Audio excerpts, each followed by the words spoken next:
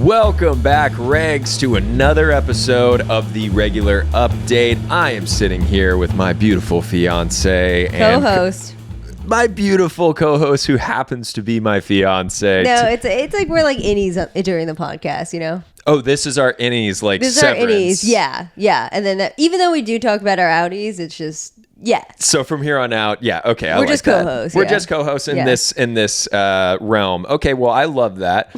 We are now in the East Coast. Yes. If you heard the last pod, we were on our way to come to the East Coast for our regular sketch show tour, which we'll get into. We will definitely get into the Boston show. We're one show in. One show down. One show down. And we're currently doing the pod. If you're watching this, you will see that we are in Taylor's dad's wine and cigar cellar. And it's making me want wine. Let me tell you, I'm itching right now. I know, it's really screaming out our name.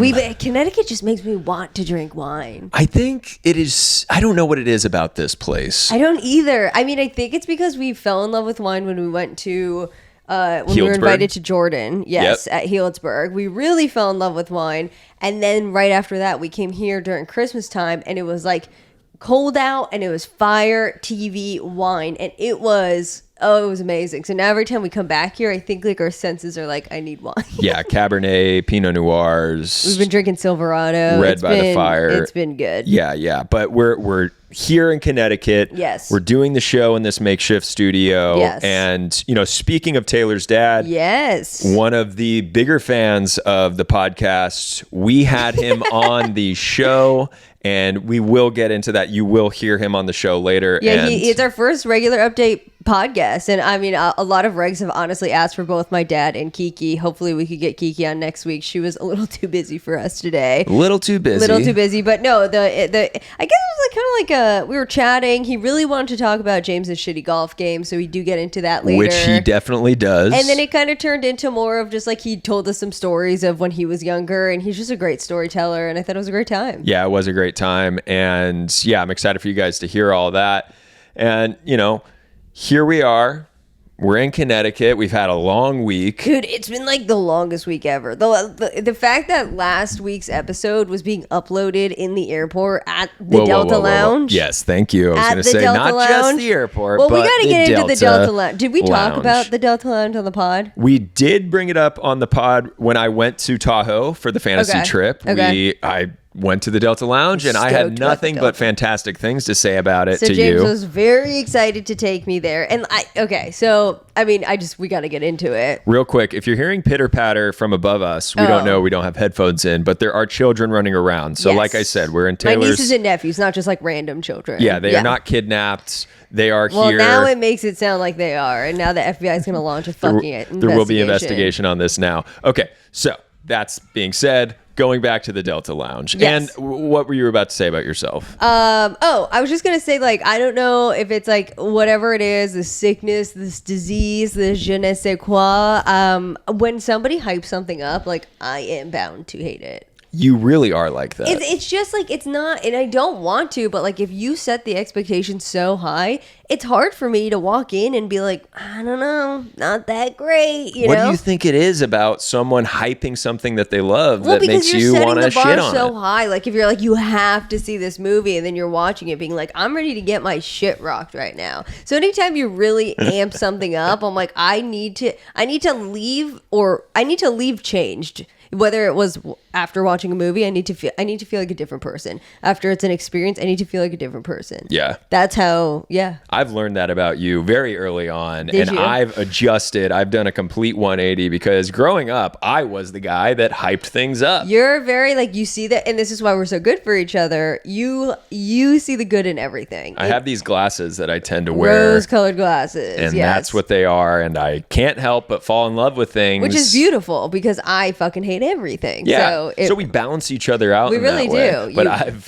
definitely learned to like undersell things to you in the hopes that you will love it. You didn't undersell the Delta Lounge. I didn't undersell that because I thought, this is exactly what you would like. I mean, when something has the word lounge in the title, I'm bound to like it. It's a leisurely place. There's free booze. Okay, well, here's the issue. James, he overhyped it. Was the Delta Lounge great? Yes, it was great. I mean, if you have access access to it. We booked through Delta. We have the Amex card to get us in there for our business. Like, if you can get in there, it's great. Here's my issue. James made me starve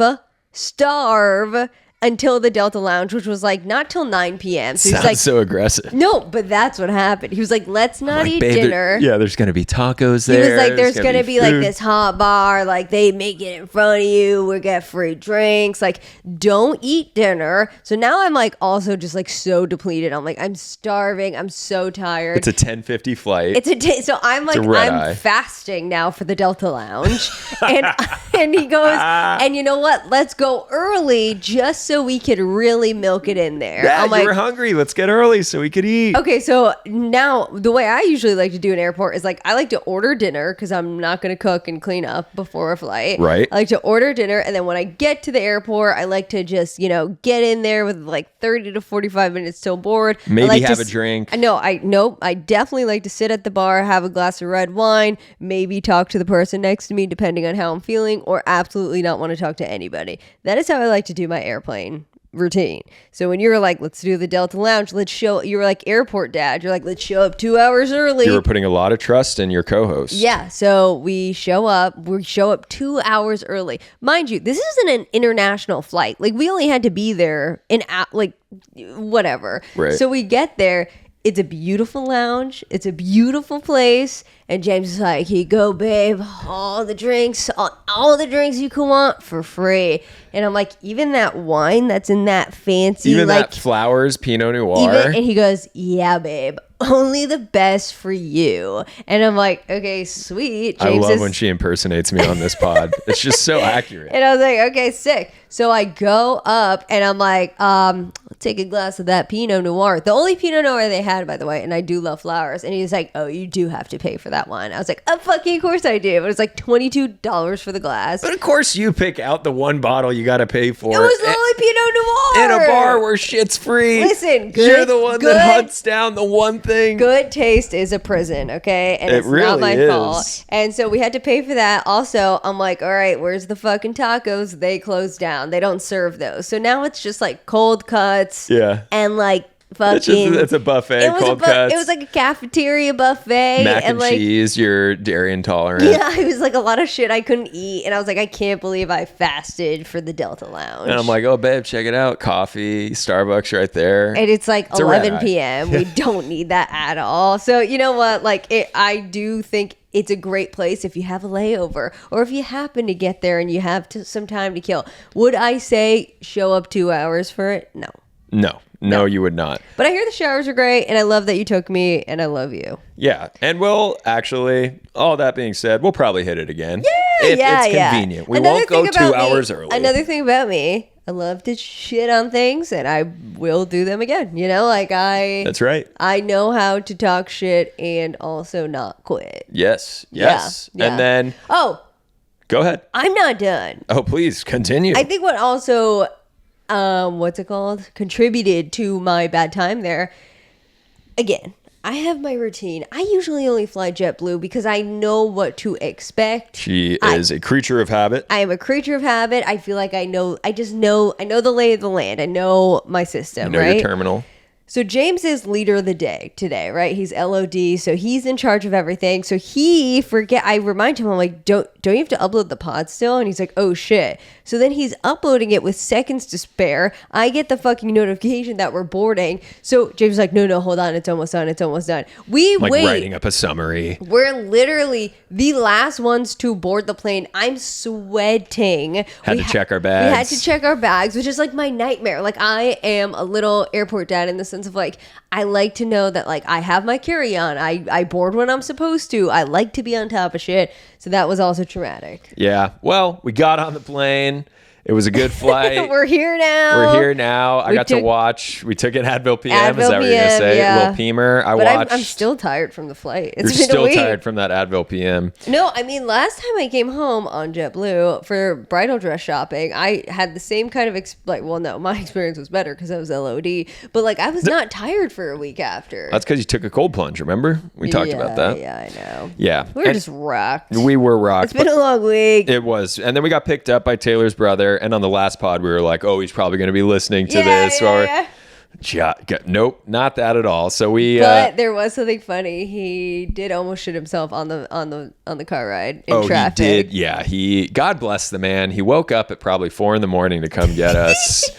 And it's just, I gotta say, that's a very nice thing. We kind of take it for granted. I don't. Well, no, I love you, Davis. I love you too, Davis. But it's like a 2-hour drive to get to the airport, 2-hour drive back. No, it's insane. It takes up his whole day. Yeah. And he's a father, and he has his own work to do. And doesn't complain. Doesn't complain. He's happy to do it with a smile on his face. Yeah. And he got rocked with one of those like stomach altering, I have to go to the bathroom. He must have IBS or something. And we were in traffic, and then he's like, I need an exit. I need to find an exit. So he's stopping some little town in New York, and he's go to a Starbucks. That'll be perfect. It's always a safe place if you got to go to the bathroom. He's sprint walking into the Starbucks, just passes everybody, goes to the bathroom. Oh, it's closed. Goes to the other bathroom. That one's closed out too. of order signs on the bathroom doors. We're like, are you kidding me? He runs into the Walgreens. Nope, can't use the bathroom. No bathroom there. Goes across the street to this bagel shop. Nope, nothing there. He gets in his car, leaves us at Starbucks, goes to Dunkin' Donuts. God love Dunkin' Donuts. You can always rely on Dunkin', and he mission complete. We'll just say that. You know the rest. Anyway, and, so then I just had to say this. We got home, and one of the first people that I saw was Taylor's dad, and he asked me what I would be doing tomorrow, and I told him, well, we should be working on the show. And he said, okay, well, I'm like, you want to golf, don't you? And he said, you think? So that's what we'll get into later. There's a lot of golf talk later. There's a lot that goes on there. Prepare. And so that started our week here in the East Coast. And then I think we had a beautiful dinner my family made us. They were like congratulating us on some stuff, and also in addition to that, some which hopefully we can talk about later down the line, and hopefully it all comes into fruition.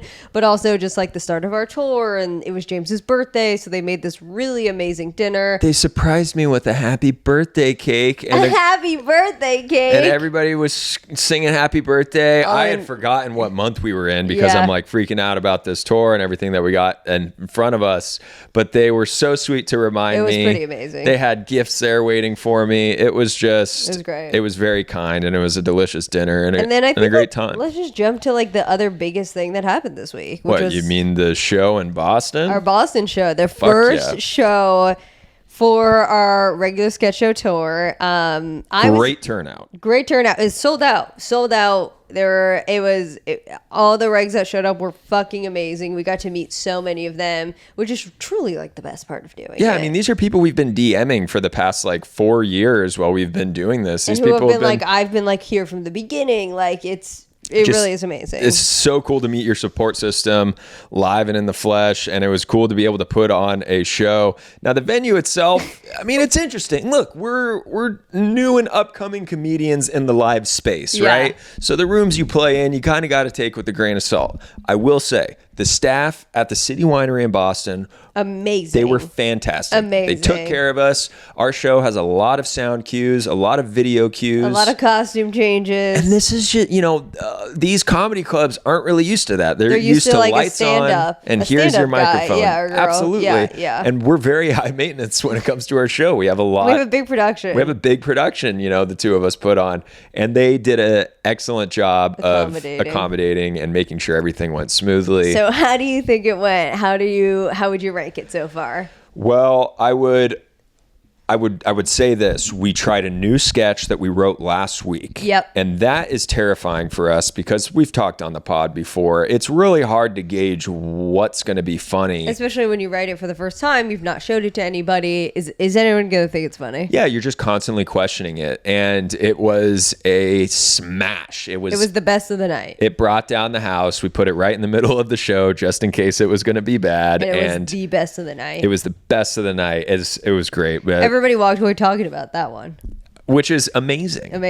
Yeah. But it made me rethink everything else. It was like, because here's the issue: different sketches are playing different in different cities, right? And like that's the hard part because I walk away from these shows and I'm like, well, let's rewrite the show now because this didn't play and this didn't play. But then you think back to LA and it's like, that was our biggest sketch in LA. So it's really hard. It's hard for me, to be honest, to walk away and be like, well, if that was what the crowd liked and that's that. I'm like, I want to walk away and be like, well, let's scrap it and write something else. There's so many different factors into it. You know, New York is a big industry city. We have a lot of like, insider, like, I mean, like all our stuff's all about like TV shows and movies and little things like that. LA, the same sort of thing. Boston, I think at first, because it was such a tiny stage, our dressing room was literally built on stage for us. Black sheets. Again, which is like City Winery went out of their way to make sure that we had a changing room on stage.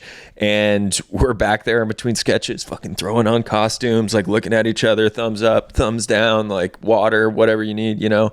And so I think for the crowd too, it was just, I think it took them a minute to get adjusted to what they were seeing and what this show was. And I think the show works best with a big stage and a big audience. Yeah, like where we can't see the audience. That's the best. I could see everybody, and that was like, it's cool, but I like when all the lights are in your face and you're just performing to a black void. Yes. And so the laughs kind of took a while to get going. I just mean because also like it is like, it's kind of like a theater. We put on like almost like a theater performance of sketches. It's like there's some low maintenance sketches, but a lot of them are high production or dramatic or whatever. And I'm sure it felt a little, some of the sketches felt like a little too much in that space. Potentially, yeah. We do go pretty big on some of them. It was funny because it was in the like restaurant area. You could hear like the bartenders shaking like the cocktails while we're right in the middle of a scene. Oh, and God. I'm like, fuck, dude, I improv here and try to like say something about it, but I'm like, I got nothing. Well, so it'll be interesting going forward, like, because also I think, you know, some of these cities, like we have regs everywhere and we love them, but like some cities have way more. Like Boston, we still had DMs being like, can I come? Can I come? Can I come? These other cities we might not have. They might be a little more intimate of shows, so it'll be really interesting to see how it plays. Well, yeah, I mean, this is kind of just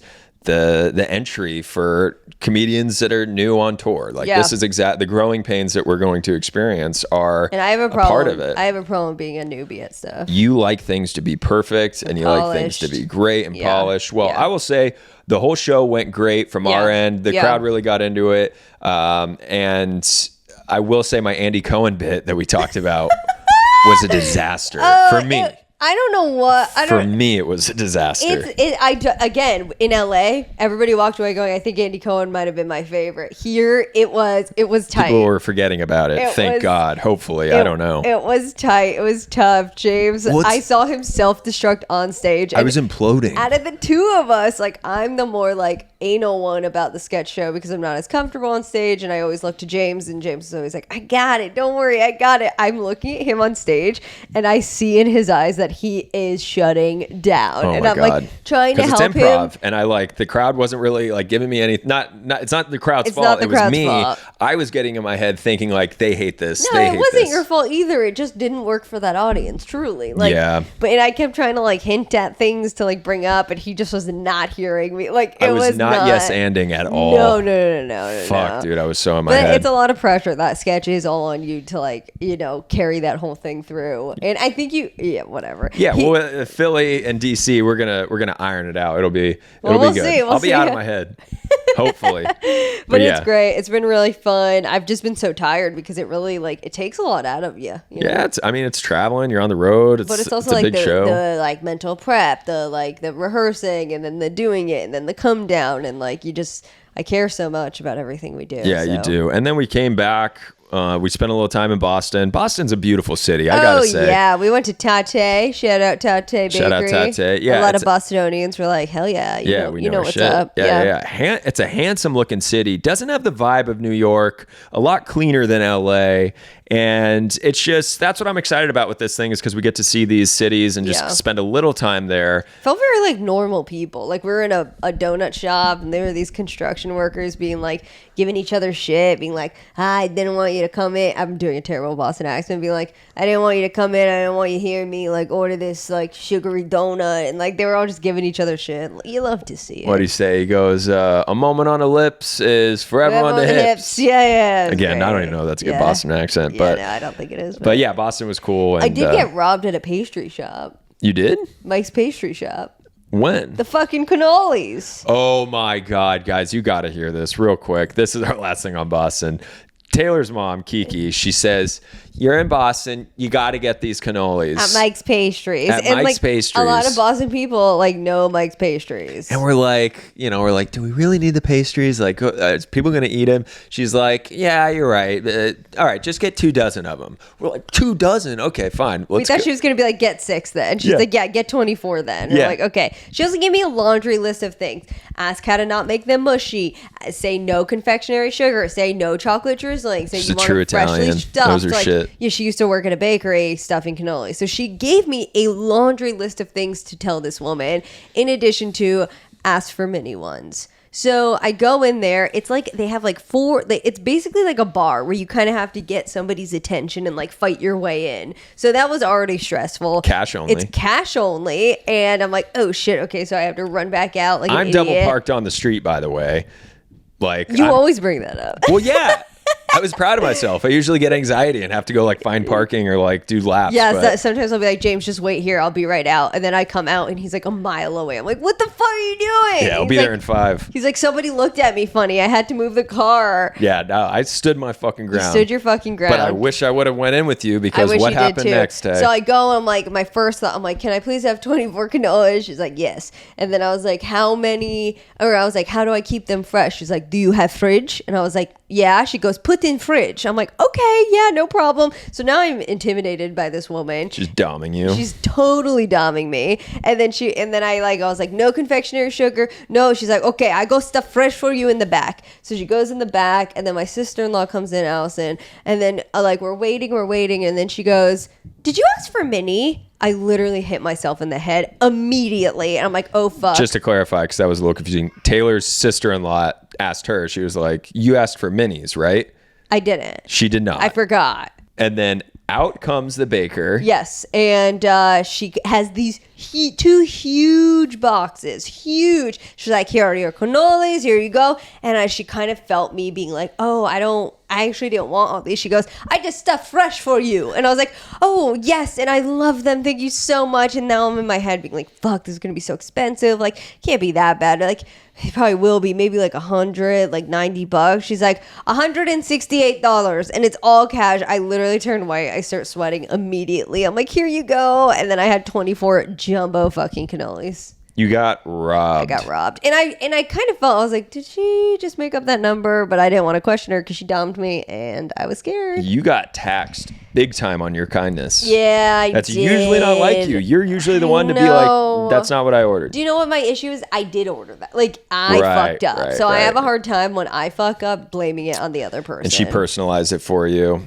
Anyway. Yeah, she did it fresh. I'll say Mike's cannolis were fantastic. Yeah, I know. People were saying some of the best cannolis they've ever had in their lives. It was fantastic. So here we are. We're now back in Connecticut, and yeah, I feel like that was a proper update on us. And yeah, we're gonna update you next week. Tomorrow we head to DC, or actually, excuse me. Tomorrow we head to Philly. Yep. After that, we go to DC, and then we'll update you on how everything goes from there. But I think we should get into our girl-splain, mansplain. Yeah. Okay. I mean, the news has broke. I'm sure a lot of you have already heard it. But on September 10th, The Secret Lives of Morbid Wives star announced that she is going to be the next Bachelorette. That is right. Taylor from The Secret Lives of Morbid Wives is going to be the next Bachelorette. This is like a crossover franchise, decision. Huge Hail Mary from ABC, I would say. And her full name is Taylor Frankie Paul, and she's going from Mom Talk, and she's going to be the Bachelorette. And I think that this is a great call.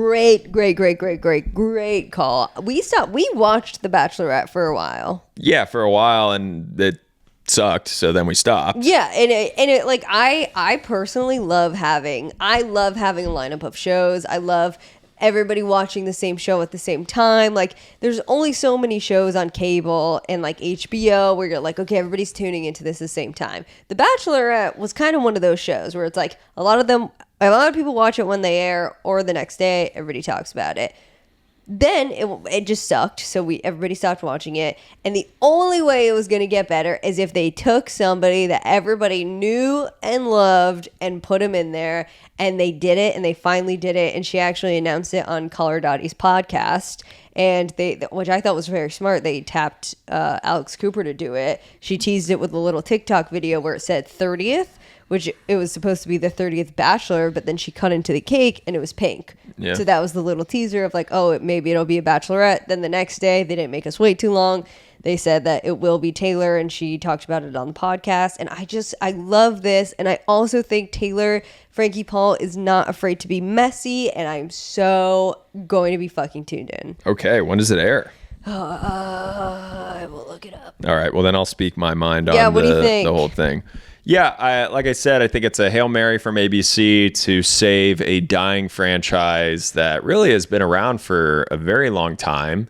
And yeah, let's cross-pollinate other people. I mean, you look at these shows like Traitors and you get different reality stars from different shows. You put them together and fun things happen. And really what it is it gets the internet talking more. Totally. Right? So it cross-pollinates the fan bases. So it's a smart move on their end. Yeah, it introduces you to other people. I wonder, now that you brought up the Traitors, that brings up an interesting point.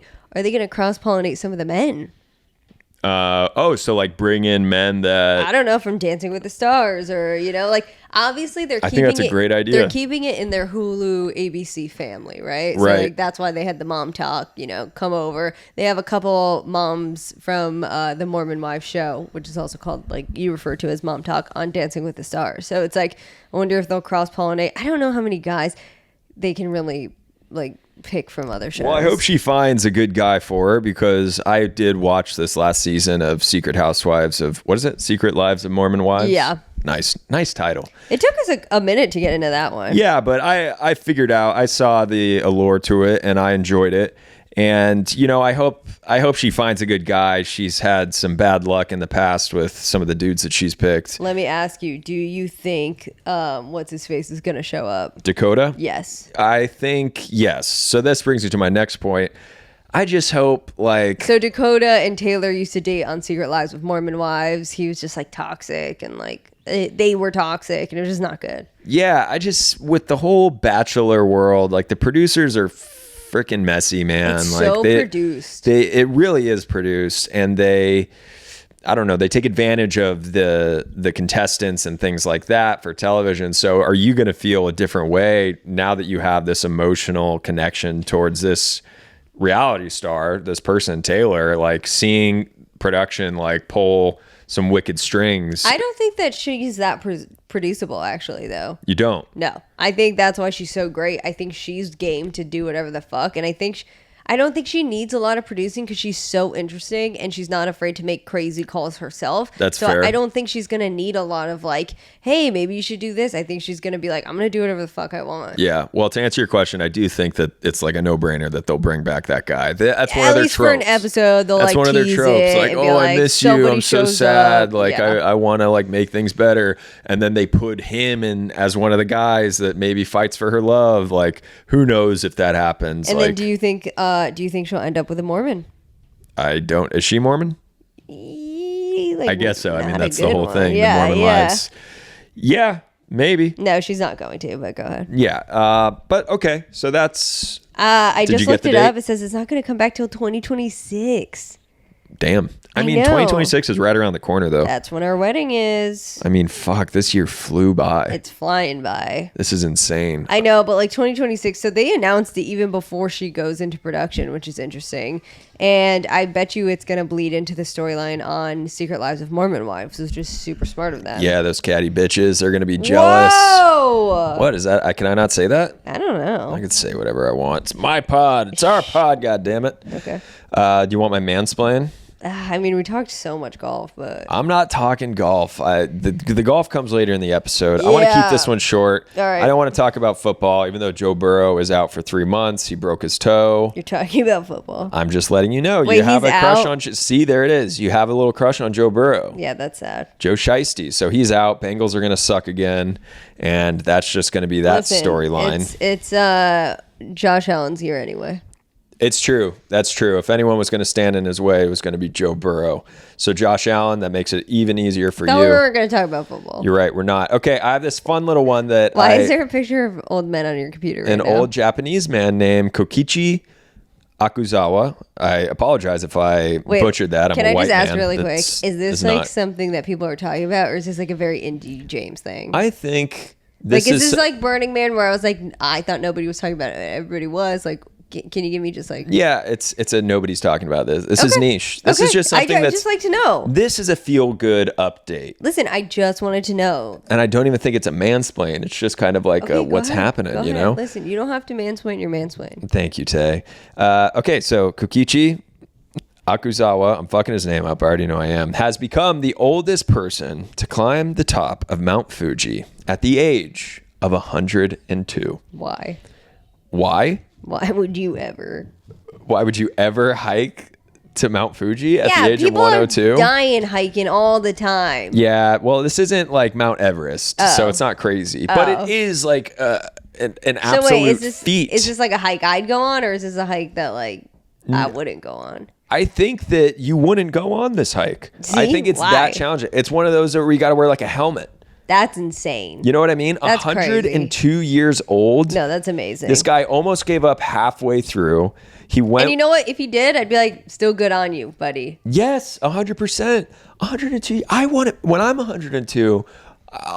If I'm 102, I won't make it to 102. I'll tell you that right now. Yeah, exactly. It'd be tough for me to get off the couch. This guy's climbing a mountain. That's amazing. Amazing. He went with his daughter. Wow. Moto. She's 70 years old, which I still. Oh my God. Yeah, I mean, just great genes in the family. Jesus. And he went with his granddaughter and her husband. I wonder if this guy was like a hiker. Yeah, so he's done it before. The last time he did it, he was in his 70s, I believe. Remember when like hiking was really being talked about a lot?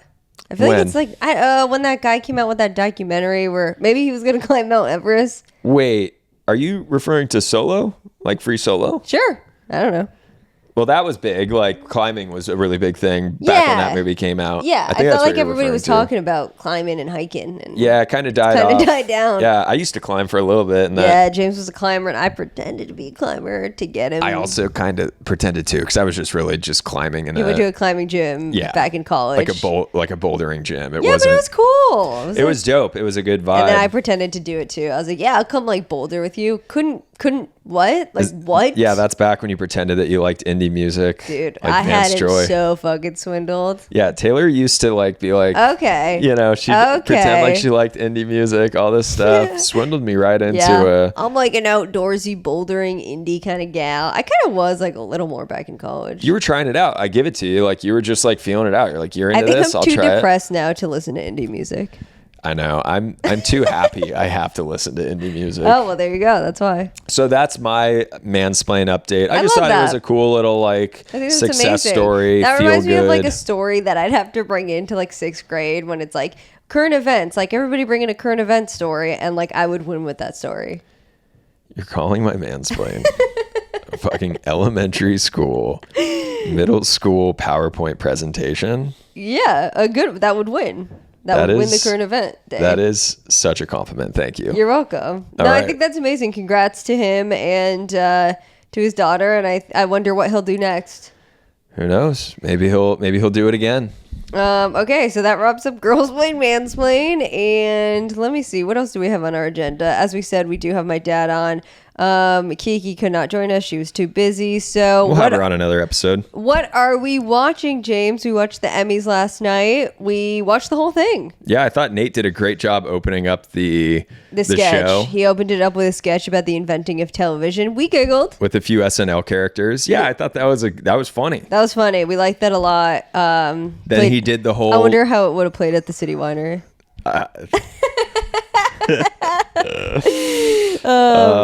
would have imploded great. Just like me. That was great. No, but then they did the whole like donation to the Boys and Girls Club, which at first I was like, oh, that's a funny like gag, but then it was like some really funny lines about it, like that was an expensive wave, right? Like, so that's why it's great to have a good comedian do these shows because they can say things off the cuff. But it kind of got a little old, if you ask me. Well, it's also just like tough because now you're not only taking like these moments away from these people where it's like, this is the biggest moment of their lives. Like, if not one of, it is the biggest moment. And now you're not just being like, okay, you're going over. Now it's like, you're taking money away from like kids who really need it. So it's just like, it's, if you didn't see it, basically the whole gag was like Nate Bargatze, is that his name? Nate Bargatze. He basically, his whole thing was, I'm going to donate $100,000 to the Boys and Girls Club. But if you have a speech that goes over 45 seconds, every second over, I will be deducting what I will be donating to the Boys and Girls Club. If you go below 45 seconds, then I will be adding to it. In the end, they ended up donating $350,000 anyway, which we all knew was going to happen. But it was a whole game they kept doing. Some people went over, and then like, you know, he would comment about it and shit like that. Also, like, it's just crazy because it's like, well, why don't we cut some of the and they were self-aware about this, but like, let's cut down some of the presenters' speeches. Like, we don't some of those jokes are rough, and I don't know. I just feel like give these people their time. Like, it's their one moment. Whatever. Didn't Nikki Glaser do the Emmys last year? That was the Emmys, right? I think so. She crushed it. I can't remember. Not to say that Nate didn't, but I remember that being a really good year for her. Well, she did the roast, and then she just fucking brought the house down, and everybody remembered her for the queen that she absolutely is. We need a new roast. Who should be the new roastee? Oh God, who's like in the limelight so much right now that they would be really good being roasted? I mean, let's see. A sports player is fun because I feel like they could take jokes. Yeah, the sports players are always fun. Tom Brady was like a perfect guy to do it because he's so successful. He's handsome. He's just, let's just punch at him. You know who'd be? Never mind. Who are you thinking? Never mind. You can't say it? No, we'll say. How about the roast of Taylor Swift? No, that wouldn't even be fun. The Swifties would get mad. That wouldn't even be fun. Sounds kind of fun. It's got to be someone who like has given shit in their life too, or like acted shitty. I don't think she's acted shitty. Yeah, the regs are probably screaming out like suggestions. Yeah, that are drop way in the better comments than who this. you think the next roast should be. Yeah, fuck yeah. Maybe Charlie Sheen. He just came out with a documentary. There has been a roast on Charlie Sheen. Well, there you go. I come up with all the best ideas. It was a good one. Yeah, that was the Emmys. Nothing. I would say the biggest thing that was like shocking is like that the Bear didn't win any comedic awards, which was hilarious. Which the studio finally swept them, and I think the Bear's incredible. I just think it's not comedic anymore, really. So I think it was nice for everybody to see a truly comedic show to shine in that category.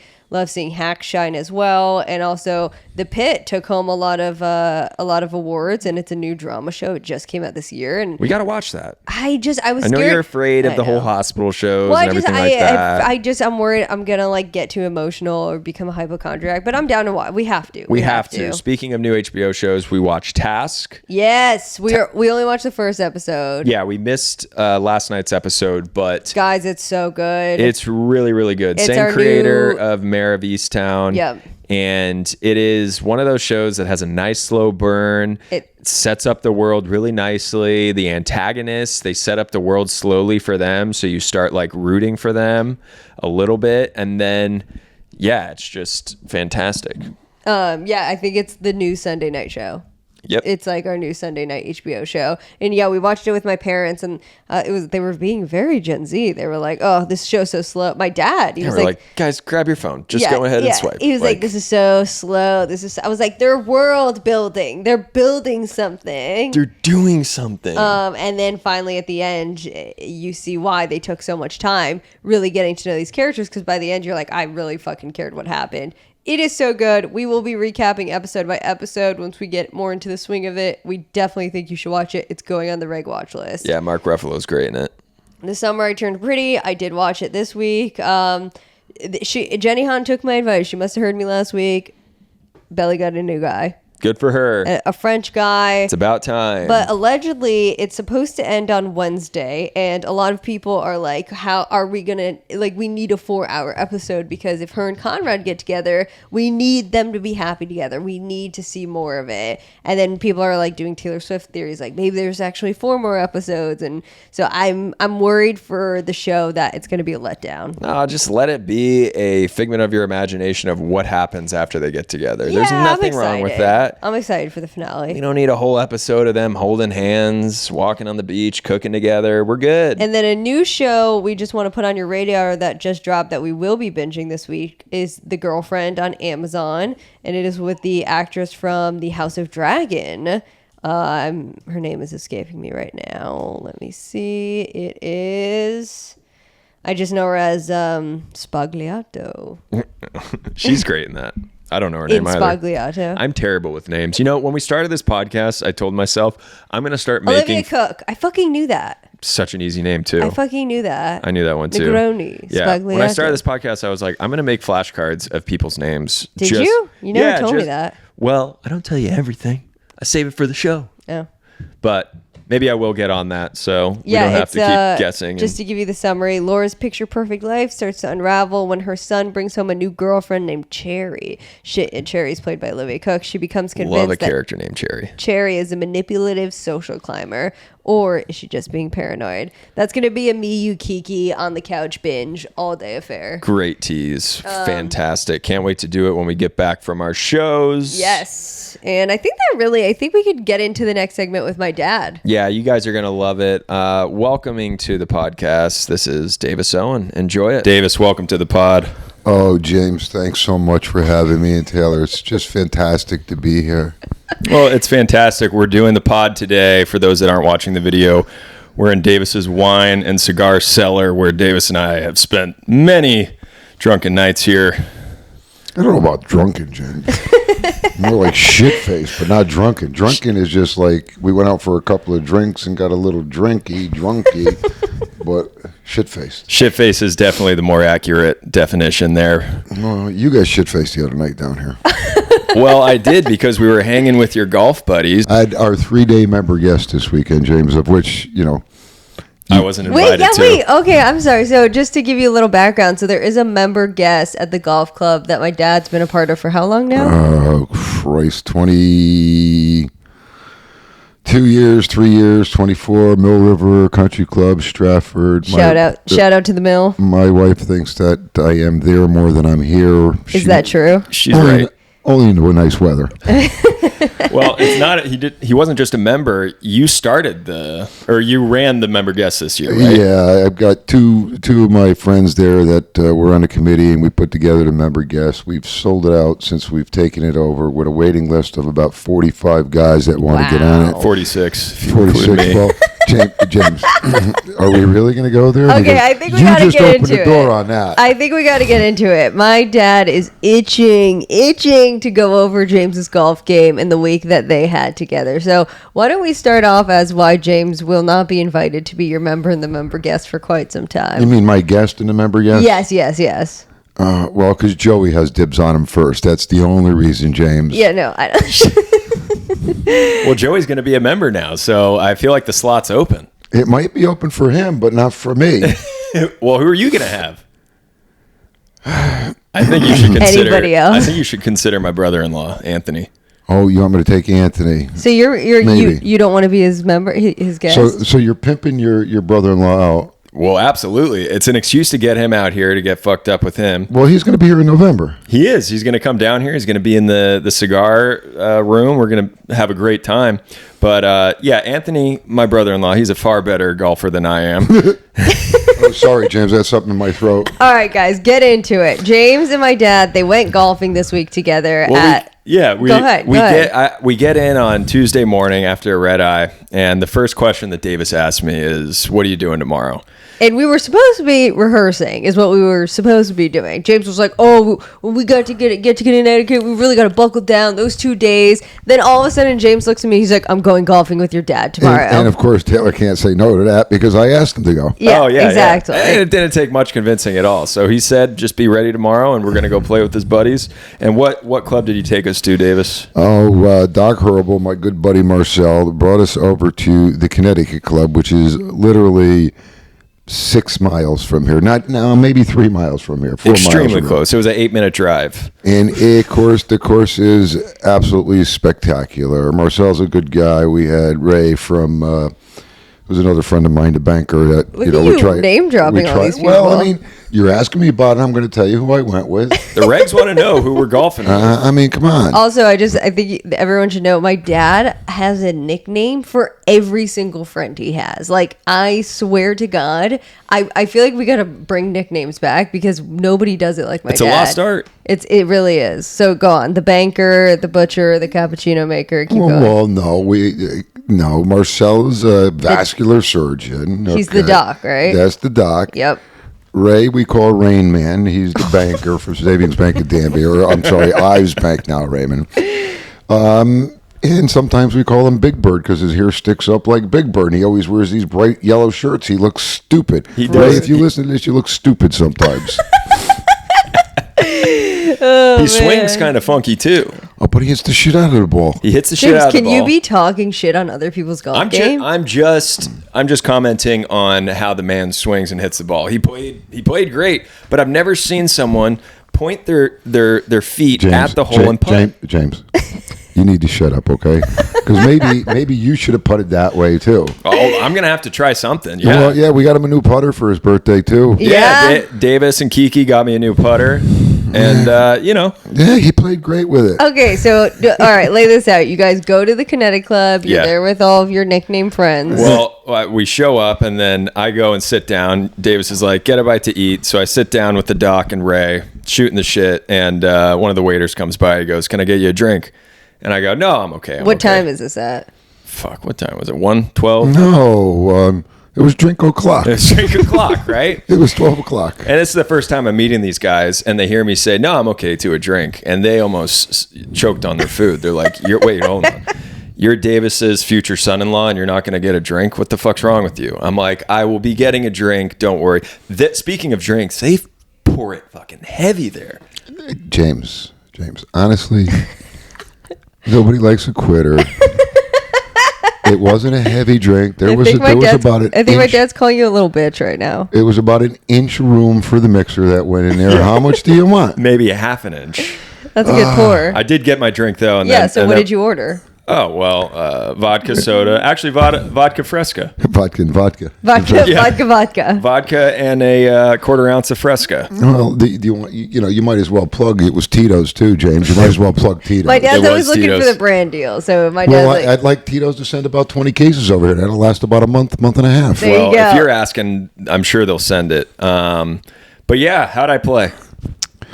Well, see, I don't know if you could see this, but on my sweatshirt, there's a logo, and it's from the Connecticut Club, and they use a lot of dynamite up there, and they've got a detonator on there. Why do they use dynamite? Well, they had to blast out the rocks. It's very ledgy, hilly up there.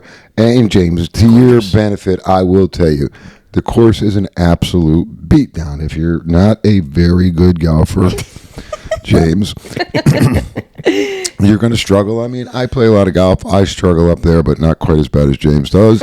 And so the reason why I went and put this on is because watching James play was like shit getting blown up all over the place. I lost maybe 4 balls within the first 2 holes. And it was more like 8, James, because that bag is empty now. They had 22 balls in it. You did have a lot. And you brought, I bought you a dozen. Those are gone too. Yeah, the Pro V ones are gone.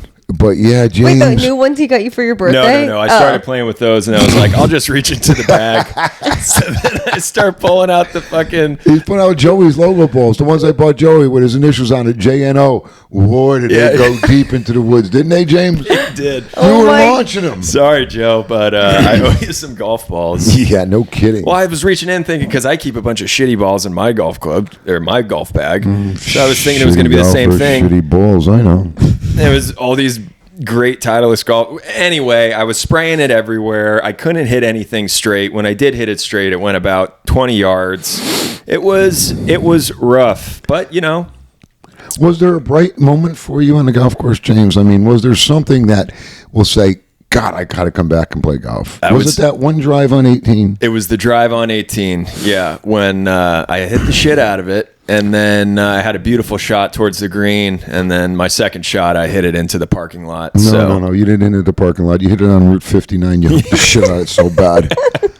Well, I will say, James, that was a nice drive. He hit it about 313 yards, somewhere in there. I had to write it down, take a picture of it, make sure that I could tell James in future years when he never plays golf again, you hit one great golf shot, James. Hey, a broken clock is right twice a day. And, okay. Maybe I had a couple good shots. So, par on the course is 72, and maybe they can you explain to people who don't know what the fuck golf is what that means? Well, so each this hole, is a golfing podcast now, by the way. Okay, so each hole has a number: par 3, par 4, par 5. Right? So they're numbered 1 through 18, and a par 3, it should take you 3 shots to get the ball off the tee, onto the green, and into the hole. If you're good. If you're good.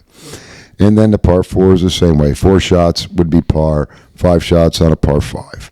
So par 72 this course is, and I would think if I really totaled up James's score, I might still be there. I might need the abacus. Because it could have been 147, 148. I think what I heard was 106. Every time I'd get back into the fucking cart, Davis would be like, "What'd you get there, James? An 8?" And I'm like, "Yeah, let's just go with an 8." Oh, that's what my dad used to say to me when I was like 12. Maybe 10. 8. Yeah, Taylor. Literally, every time we'd go golfing, you'd be like, "What is that, an 8?" And we'd do an 8 every time. So, yeah. Well, we got to get you out more. Yeah, I don't have the passion like you guys do for it. Come on, I feel like we got to try to reignite the passion. Maybe, but like I don't really like golf unless it's 9 holes and unless I'm drinking. Well, that's because your dad, when you were, how old were you? He would send you out at 6 a.m. at the mill to train? He would send me out at 6 a.m. It would be me and like a bunch of other girls. We were all like, how old were we? 12? Couldn't have been 10, 12 years old, yeah. And so we're walking the course because we can't drive. It's like 10 a.m. or 6 a.m. I'm like, I hate this shit. Just before school? No, it was in the summer. It was in the summer. Okay. My dad was like, go fucking do something with your life, you lazy piece of shit. Yeah, get up and move. And I mean, I just never played enough to love it. I was too young, and I just don't. I could swing a club, and I could probably, Yeah, I mean, I think the last time we played out in California, right? We went to Monarch Beach Golf Club. You've taken me to some great courses, and they're lost on me because I just... Well, actually, it was a pleasure taking you to nice courses because you played a little bit better than James could play on any of them. Well, I bet you that we both drink pretty well on the golf course. That's a fact. Wait a minute. Did you say I drink? Yeah. No, I meant us, but we. Oh, okay. Yeah.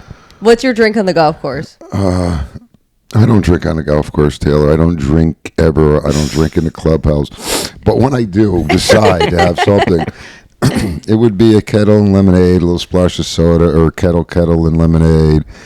Maybe a little Dalmore scotch, but not on a golf course unless it's cold out there, but usually vodka. Right. What do you do? What about when it gets a little colder out in the fall? Do you switch it up? Yeah, like if it's cold, we'll drink a scotch out there or a whiskey or be something just to, keep your blood flowing. And let me ask you this. How did you get into golf? When did you fall in love with it? This is like when you got married. I feel like okay, well, way to hit the punchline.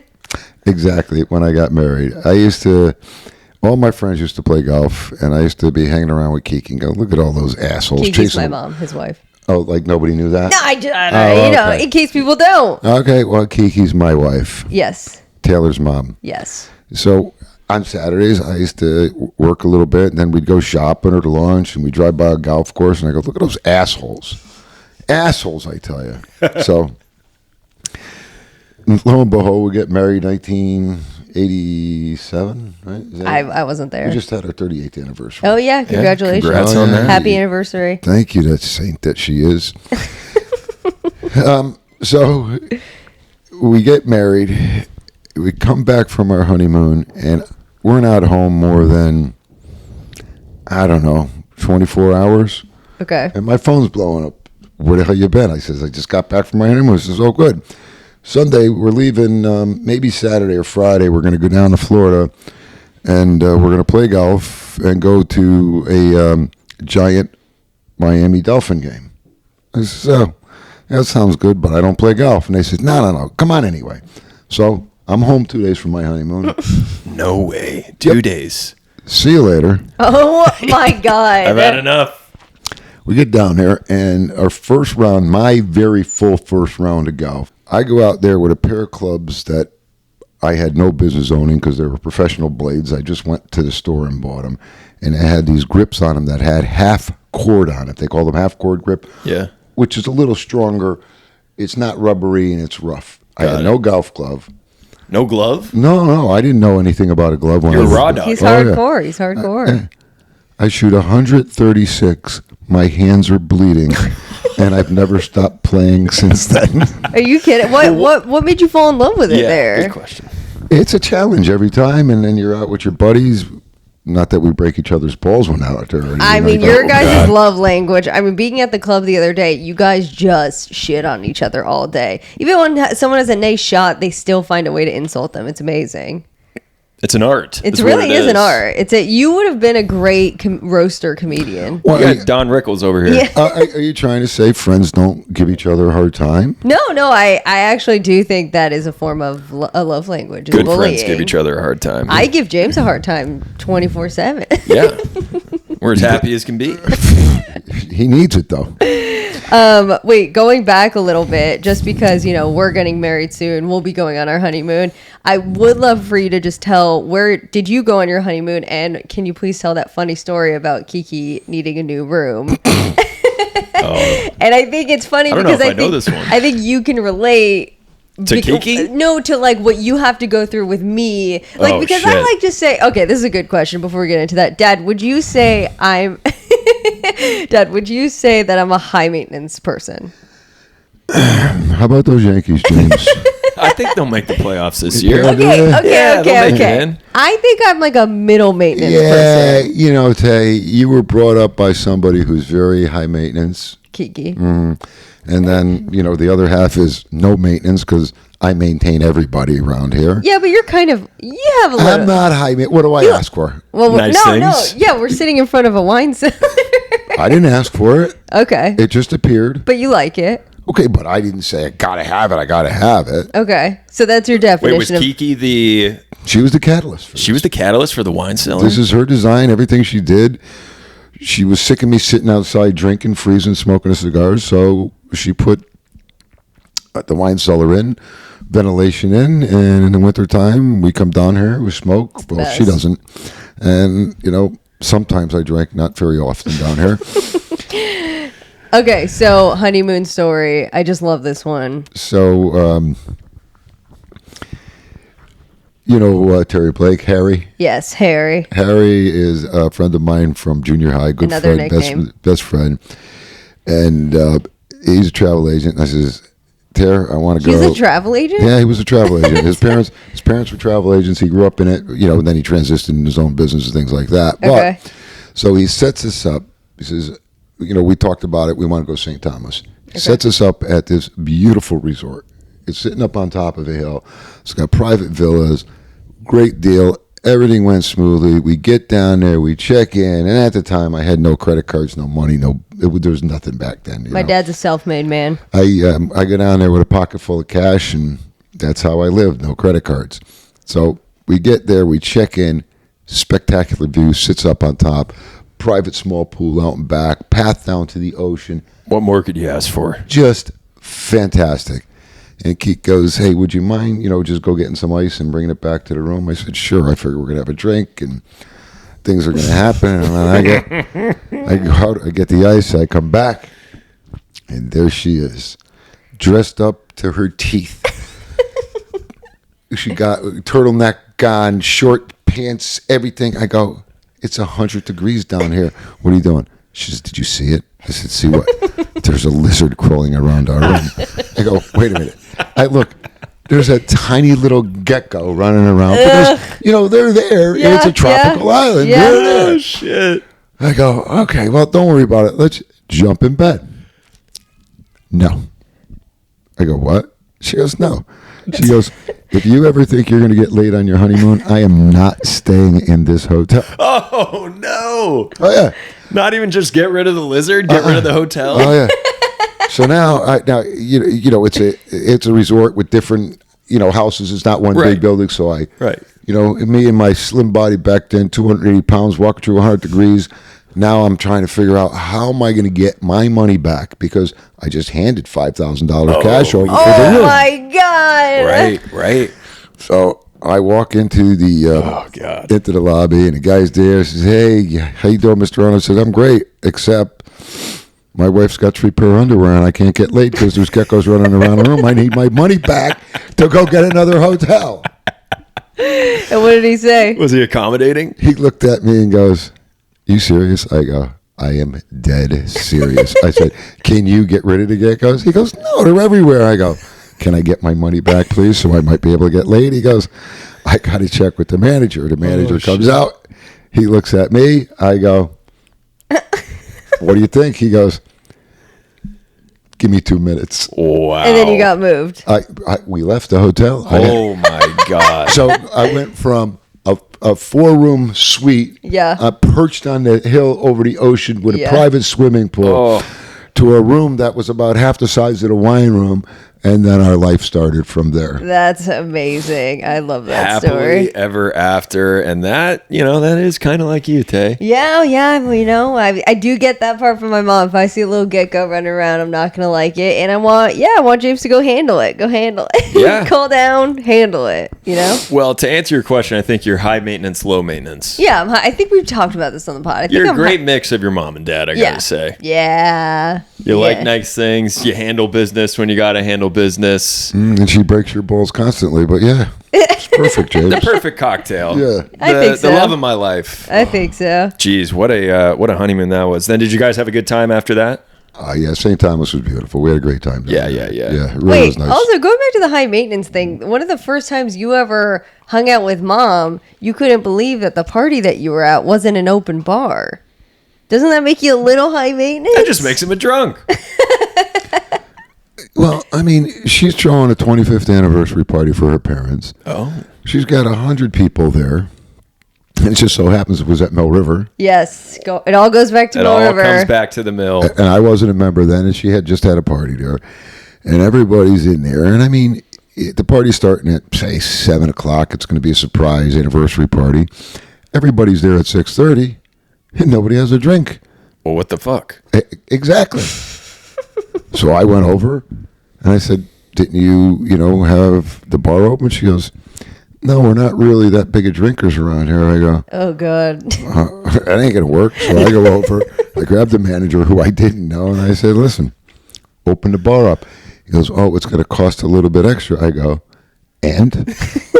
Open the fucking bar. You said what you said. And he opened the bar, and everybody drank for a half hour. I took the bill for the bar. I just met her. I hadn't known her for maybe 20 days, 30 days. What a wild I love that. First date, not first date, but just like first month of knowing someone, going to a 25...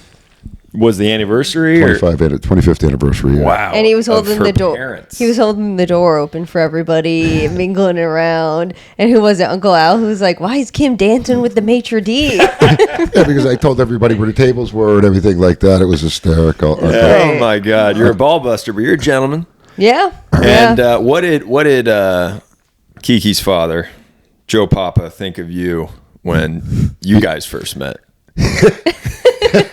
Was this a setup? Is he teeing us up? I don't know. I don't know what's about to happen. I don't know if I've ever asked the question. Oh, you never asked a question? No. Oh, okay. I mean, it's only appropriate. Well, you've all heard the story how I met Kiki in the bar that night, and my friend Joey introduced us. So, and I asked her out 12 times, and she said no. And then finally she said, "Yeah, come on over Sunday, pick me up, and we'll go out." And I go, "Okay." Now, Sunday, mind you, was my day off. I owned a liquor store at the time. That's right. And Sunday was the day off because liquor stores were closed. And on Sundays, I'd hook up with my buddy Jeffrey, who's dead, stupid ass, and we'd go out drinking. And we used to go to our old favorite restaurant from, 11, 12 o'clock from brunch. And then I went to pick her up at 6 o'clock. I am shit-faced. I'm sensing a theme here. Not shit-faced, but... Drunk.